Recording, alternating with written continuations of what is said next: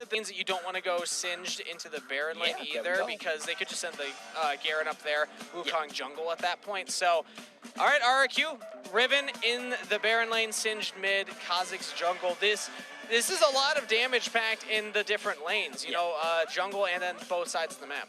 Yeah, for once, Helios is not going to be the carry. He's on a facilitative champion here. But everyone else has the tools to carry, has the tools to lead the charge. Let's see how this Helios Chaz combo works out with the dynamic swapped up a little bit here. Wukong jungle going to be coming in from Rush, and we will see the age-old matchup, Renekton Riven. Very skill matchup. Yes. A little bit swingy. If either of them get ahead, they can continue that snowball and really get ahead at that point. And wow, cool does he look? Cool. That was sick. Renekton Riven going to be a very pivotal point of this game. Whichever jungler, whichever support gets roam timing down, accelerates either side of this matchup. And like you said, it could just keep snowballing for that matchup. But I want to see Maki and EXO try to be a bit more aggressive in their own lanes this time with the Varus, with the Galio. They have the tools. When I look at the side of Sengoku, this almost reminds me of the metas that we saw at Horizon Cup. I know TJ talked about this a lot back last year. This was the Chinese style, where you draft a bunch of frontliners, a bunch of, just high health bar champions, and then something like a Varus, something like a Ziggs, that can just throw out damage from range and stay safe because you have such a massive frontline. That's kind of what Sengoku have drafted here. Pretty much, right? That's the goal of their team comp here. The Ziggs is going to be the bulk of their damage, honestly speaking, because most of their frontliners will slowly fall off in damage as the game progresses. We see Wukong be high prio, but he is a low damage jungler. So we're going to need to see a lot more coming out from Kai, as well as One. Game 2 loading onto the Rift. RRQ having a chance to sweep through the WJC. Sengoku fighting for their lives, for their region's pride against the WCS. Let's see if they can make it happen. If RRQ were to win this, they would have won this series with two different styles. Split push and now team fight with Helios off a carry. They're trying to be more multifaceted here, trying to show new dimensions, which I think is so important for them. Ooh, look at that trade coming in. Yeah, not winning out in the bottom lane. As Exosin is very low in the health bar, and Devil J, though, winning the top lane trade. All right, so let me just spark notes this for you guys. How does this matchup play out between Riven and Renekton? Short trades favor the Renekton. He needs to get wave access. But this is not. Never mind. Okay. Yes. Okay. Yeah, if you can hit level 2 first as the Riven, you got a lot of kill pressure. Huh? Is that how the matchup goes usually, Omo? Well, that shouldn't be how it happens. That's not how it should go. Oh, maybe we can trade bot. Okay. Marky and Exosin are actually kind of getting bullied around down here. Yeah, I mean, okay, Sengoku are not going to be happy that one happened, but I am going to be happy because it lets me explain this matchup a little bit more. Renekton is generally known as a strong laner. He's a bully laner, but he's so weak at level 1. Riven has 3 spells effectively at level 1 that she weaves in with a passive, so Renekton needs to respect that. Back off the wave, let it hit your turret. When it bounces, you stack your Fury, and then you threaten short trades. That's how this matchup should work out. Riven abused the level 1, Devil J understood his limits, and Kai did not respect. And Devil J also gets another wave shoved in, so coming back with a full-on completed cooldown reduction plus extra health. That feels good on Riven. She likes both of those things. Cooldown reduction is damage on Riven, because the more you get to weave your combos, the more damage you do, and you have such short cooldowns already. So, Kai, can you equalize? Or just gotta stop the bleeding in a way. Or can the rest of the map get an advantage for themselves? Marky and Exosin were low on health, and now Rush and Hawk both spend the time. Exosin uses the Shield of Durin to push them away. Not really losing anything on the side of Sengoku or RRQ, but not really gaining anything on either side as well. Okay, here we go. Here we go. Okay, never mind. That's how you do it, Kai. Yeah, pretty good trade here from Kai. The key to Renekton laning is when you have wave control, when you get to access the wave, you are strong because you stack Fury. You're all about that Fury management, all about that trading pattern. Devil J, if Kai overextends, he can very easily threaten kill like this. He goes in, and okay, another good trade. He didn't have level 5, so I was worried at first, especially because I could see Chaz was there, but Kai does survive. And wins another trade. He walks into the brush. Chaz is there. The flash from Devil J. And so much damage. That's another kill. Kanga's Kai had dominance and flash. there was just no time, no space to react to that instant burst combo. Devil J was so clean with it too. He just comboed everything into the flash and just one-shot him together with Chaz. Didn't even use Ignite. So as you go for a reset, this is probably just a complete Black Cleaver. Yeah. I would guess. Oh, Sunder. no. Okay, he's going for the Sunder instead. Okay. Close to a completed Sunder. Very, very close. Well, nope, there it is. He's saved. Yeah, I mean, it's only 200 difference between the completed item and the regular, so you might as well. Yeah, 3-minute Divine Sunder. That's going to be huge for Devil J. I would have loved to see Kai go for something like the Ninja Tubbies here. That would have helped him a lot in the laning matchup, but he's going to be all inning on the Black Cleaver. There is a timing window with Black Cleaver and Blade of the Rune King, where Renekton can still win trades against the Riven. That's assuming this matchup doesn't get any more out of control than it already is. But even maybe a little bit of like hopium. this, a little bit of hopium, but with 2 items, Renekton can still basically one-shot a Riven. All right. You hear that, WJC fans? You are hoping Kai can make it to 2 items in this matchup. Maybe Rush can help him out with that. The flash for it, the Cyclone. They know the Devil J does not have flash. That's the damage follow-up. It takes 2, but they shut down Devil J. Yeah, I misread that one. I thought they wouldn't have enough damage, but just enough. And yeah, that's a great time just after 4 minutes. Beautiful. Exactly. Turret fortification is gone. But there's an answer. RRQ are actually sending members here. That's a flash from Exosane. The taunt. Marky flashing forward with the Chains of Corruption. Landed on the rush. And now here comes Chazix. The follow-up damage gets the kill. We have an inside joke in the WCS. When you see Exo play Galio and he just his punches, just flash, because he is going to flash 100% of the time. It's a combo he always goes for. You know it's coming. Oh, under the turret, though. Chaz taking a lot of damage. That's big. Okay, close. Very nearly 2 kills there for 1. Yeah.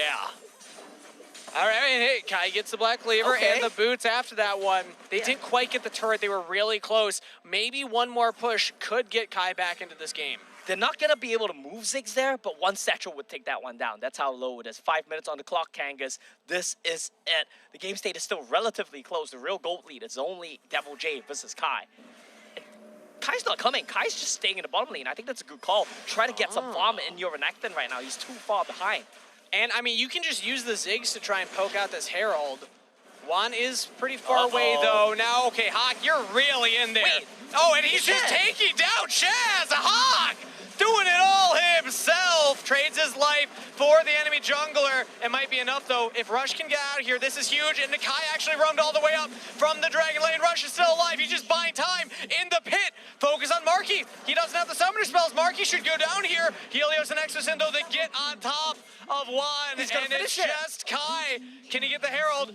He's in a 1v2 scenario. Kai could be the hero, but he doesn't quite have the damage. He got the Herald!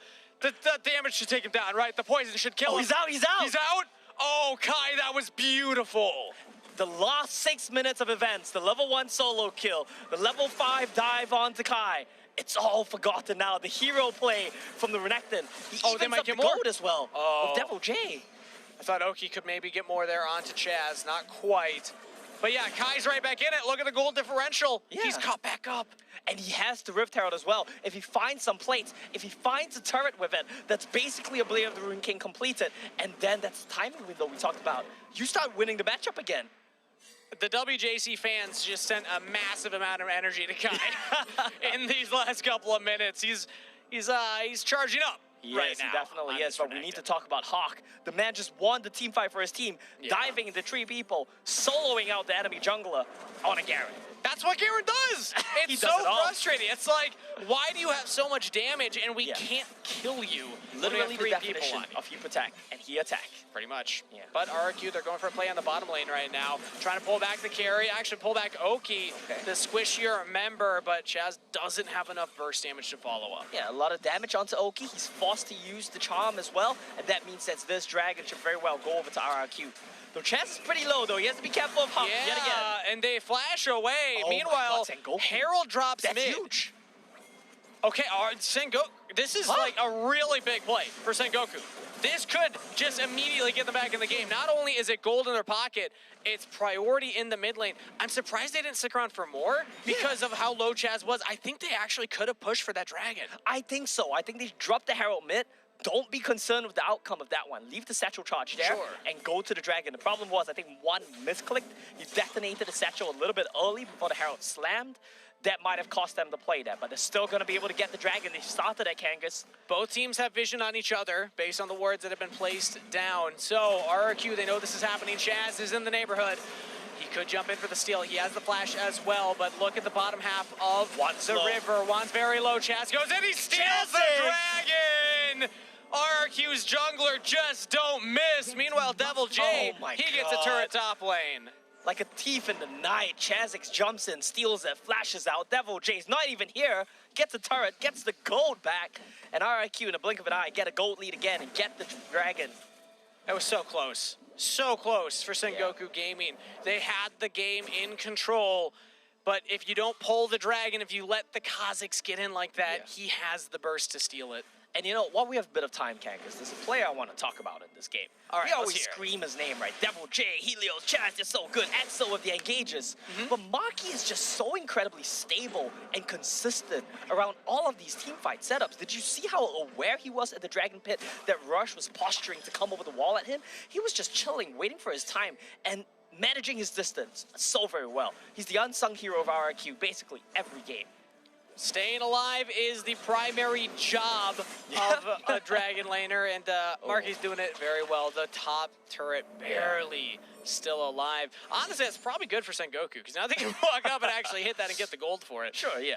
But they might go for a dive on the Helios. It is a Singe, though. Yeah, he's pretty tanky. And there's a Galio nearby. This would be really bad. Boy. They're even on Vision, but they just go straight onto Exosin. Try and Justice Punch flash out of that one, buddy. Sengoku, find a pick. They say if the global is rotating down, we go to the global, but Sengoku yet again committing so much. 4 ultimates. 3 flashes, no, 2 flashes. Trying to do my math here, it's a little bit hot. 2 flashes, 4 outs to kill a support and get nothing. Yeah, no objective, no turret. They have control over the Herald, though. I think that over the extended play, it's working out for them, but that's mostly because RRQ, they're going for this play. They say, all right, take the control over the Herald. We're going to go for a dive, but they don't get the kill. They will get the turret. And this is a trait we see very often as well. What does a Herald get you, Kangas? A turret. Yeah, so if we skip the Herald... It could be anything. Yeah. It could even be a turret, Omo. We just go straight for the turret. We skip the middleman here. No, that's way less exciting. It is. It kind of is, especially See, you can just do that. You can just walk up and auto it once. Bump the turret, still have the Herald. You're good to go. Honestly, Sengoku, they're not in the worst game state right now, though my concern is scaling-wise, the Garen, the Wukong, the Renekton, they will be a bit low on damage. They do have the Ziggs, that's the upside. But Riven, Kha'Zix, these are big playmakers for RRQ. Yeah, the Singe as well, right? I'm not big on the late game Singe, but still, the playmaking potential is there. The thing about the Singe for me is that usually he's not a champion until you have Rylai's. But once he has Rylai's, you want the armor against his comp, but also the Liandry's, that's when you start to really hurt if you're going for that build. So with the M-Tome as well, I think he's going to be getting that one pretty soon. It's going to be a very scary power spike. And now it's 3,000 gold deficit for Sengoku. If you were sending energy to Kai earlier, keep it coming. I don't know why you stopped, because he started to fall off a little bit, but he has hit that power spike that you were alluding to. He's been on 2 items on the Renekton. Yeah, he's been on that power spike for a while now, but RRQ doing such a great job at avoiding the bad matchups that they don't want to take. They've been sending Helios to catch a lot of these dangerous waves, and he is a lot harder to kill. Kai doesn't want to be in this matchup. He'd rather be up against Devil J still, even though you can die to the Riven, even though it might be scarier, you know, at least you can utilize this power spike on the Renekton. Much better than against a Singe, who's just going to flip you and run away if you try to do anything. Yeah, and this Renekton right now has a lot of damage, but you got to keep in mind, Kangas, he's got to be so squishy. No defensive items at this point. Renekton's basically an assassin with these items. You're going to one-shot someone, but if they catch you out, you're going to get one-shot too. I mean, he's got the stasis, so that's all the tank you need, right? You know, you can't take damage if you're in stasis.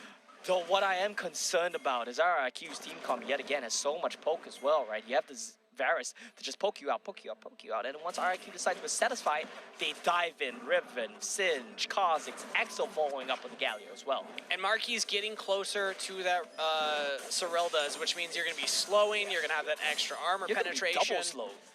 Yeah, and ooh, it's does he have it right now? Oh, he has it right now. That's 3-item Varus already. As Exosin tries to get the taunt over the wall. Shield of Durin does not land on Dekai, though. Yeah, we have a bit of time before the dragon fight. That's going to be an ocean in 15 seconds. Recalls coming in. 3 items picked up now. Devo, J as the Death Dance. The extra armor we talked about. So vital against Sengoku. And the Ignore Pain passive too. You don't want to get it bursted out. That's going to help you a lot. Resets to reset the Ignore Pain. That's very possible given the nature of the team comp that they have to. I'm going to call it now. Kai doesn't want to be in lane with Devil J anymore. As the Dragon started up by RRQ. Look at the zone control from Helios, but in goes Kai. Flashes into the pit, trying to single out Chaz. If Kai can get this 1v1, that's huge, but he cannot. Meanwhile, the rest of Sengoku, they were trying to follow up, but RRQ, they're too good. Nobody's on Marky this entire fight. The Varus spitting out arrows with the quadra kill and a rampage to Marky. One misstep from Sengoku, and it's a 5-for-0 ace coming in from RRQ. Devil J was so low, but he just could not die. And RRQ, eyes on the Baron. Prime gaming ace into a... It was like legitimately good beatboxing. Straight into... No. All right, focus. Oh, and now we're back in the game. Perfect back to a clean ace here. That gives me the time to talk about one little detail I noticed about the beatboxing clip. Yeah? Did you notice how it was all the young guns beatboxing? It was good. But Coach Kaigu, as well as Exosin, the veterans here, they were cool as a cucumber. They were focused. That's the good balance that you want. Yeah, exactly. You know, you want the younger players to have the confidence, but the older players to reel them back in. You know, back your RRQ, just scream. That's the new challenge that I'm going to have. I'm going to cast the rest of this with only one headphone on my left ear. My right ear is going to be open. So I'm hoping that I can actually hear RRQ from the stage as we are back into the game. The pauses have been sorted out, hopefully for good. But to catch up, 10,000 gold lead for RRQ. Very dominant game 2 here from Rex, Regum, Keon. When you see Shelly get spawned in the base, it's always a bit sad, but here we go. Big engage coming in from Sengoku Gaming. This could be a massive turnaround for them as they catch out Chaz. Oh my god! RRQ with a big shade of corruption! Marky! Chain these arrows together with a double kill. Helios wants some of that action as well. Flashing in, going for Marky's second quadrant, the triple. Can they take down Kai in his own base? Locked down, and it's taken by Devil J. But the 6-0 WCS versus WJC continues as they dominate Sengoku. RRQ with the series win. I love RRQ, Kangas. I love him in game. I love him out of game. And Marky there doing the bow and arrow at the end. You thought you had Chaz. Turns out Chaz didn't even need to come back from the pause, and Marky cleans house. The synergy of the heart on stage as well. It wasn't a good heart, though. It's kind of out of shape. An attempt was made. Yes. And we credit that as now RRQ go over to their opposition, giving some fist bumps. There is still an opportunity, a potential for Sengoku to get revenge against RRQ, depending on what happens else. They have 2 lives. The beatboxing continues. This victory belongs to RRQ. And I love how much this team enjoys the game as well. Credits to Sengoku. Despite the loss, they had some good moments there. If they played against a team not called RRQ, who Kangas, I might say is the best non